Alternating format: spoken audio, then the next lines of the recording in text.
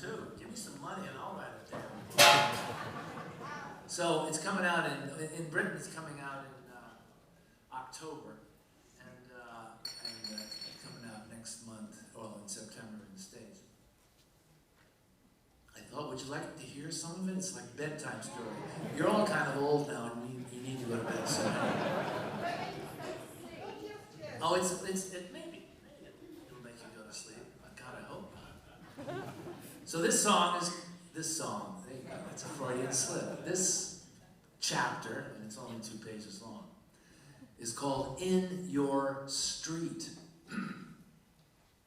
A year after my first record came out on Atlantic in 1970, I happened to be in London, and one morning I decided to drop by the offices of Polydor Records, the company that distributed my album over there, here. I didn't have an appointment, and nobody from the label even knew that I was in town. I said something to the receptionist like, "Hi, my name is Loudon Wainwright. You guys put out my record over here." She walked into the offices, and a few seconds later, 4 very excited people rushed out, exclaiming things like, "Oh my goodness, you're here! And I can't believe it! This is incredible!" The reason for all this hubbub was that John Peel, a DJ on BBC Radio 1, had been playing the hell out of my album. Peel was the coolest, most listened to guy on the radio at that time, and for many years to come. So lots of people were wondering who Loudon Wainwright III was. The people at Atlantic went into high gear, arranging interviews with the music press and an exclusive on-air radio interview with the great Peel himself. I owe John a lot.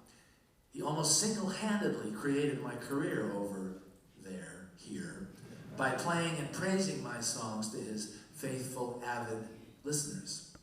I began to tour Britain regularly, including a stint as the opening act for the English rock and jazz fusion band Soft Machine.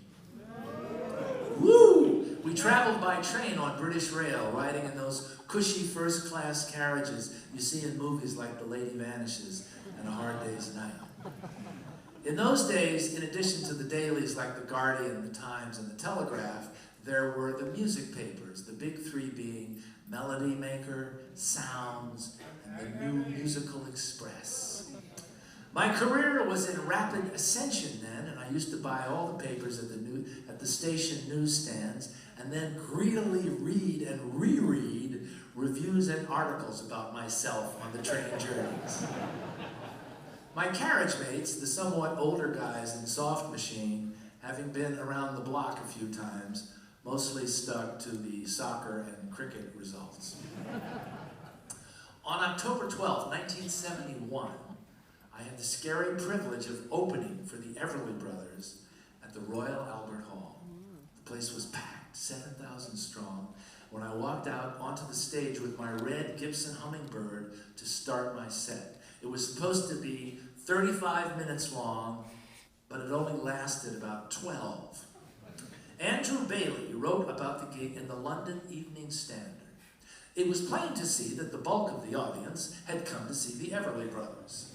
The nostalgic atmosphere was enriched by the presence of a large bunch of teddy boys and their carefully coiffed chicks. Then Bailey went on to say some very nice things about me. But I thought Wainwright's solo performance was one of the most stunning I have ever seen. No one can sing his songs like he does. His thin, high-pitched voice forces you to listen to his lyrics, which is where his special talents lie. His songs chronicle with succinct and witty imagery the progress of young America. I especially liked his droll and tastefully jaundiced view of the subject. I'm not sure about my chronicling the progress of young America, but it was a pretty nice write-up. My section of the notice, however, ends on a sadder note, as Bailey remarks, "My admiration was obviously not shared by the large section of the audience who clapped and jeered when Wainwright announced his last song. What the man from the Evening Standard did not mention was that just prior to my announced departure from the stage, some teddy boy in the stalls threw a heavy pint mug at my head. Fortunately, it shattered at my feet, and that emphatic act of protest sent me skittering to the wings. Speaking of throwing things, some years later at an outdoor festival held in a hurling stadium in Cork, I attempted to entertain several thousand Irish teenagers who'd been drinking for hours in the hot summer sun. The headliners were the rabble-rousing IRA favorites, the Wolf Tones.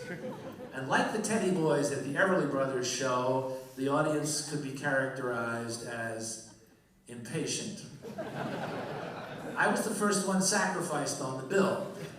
At one point, as I was singing, my peripheral vision picked up something flying through the air, end over end, heading my way. A split second later, my Martin D28 guitar took a direct hit from a half-empty liter plastic bottle of hard cider, and an early escape was once again precipitated.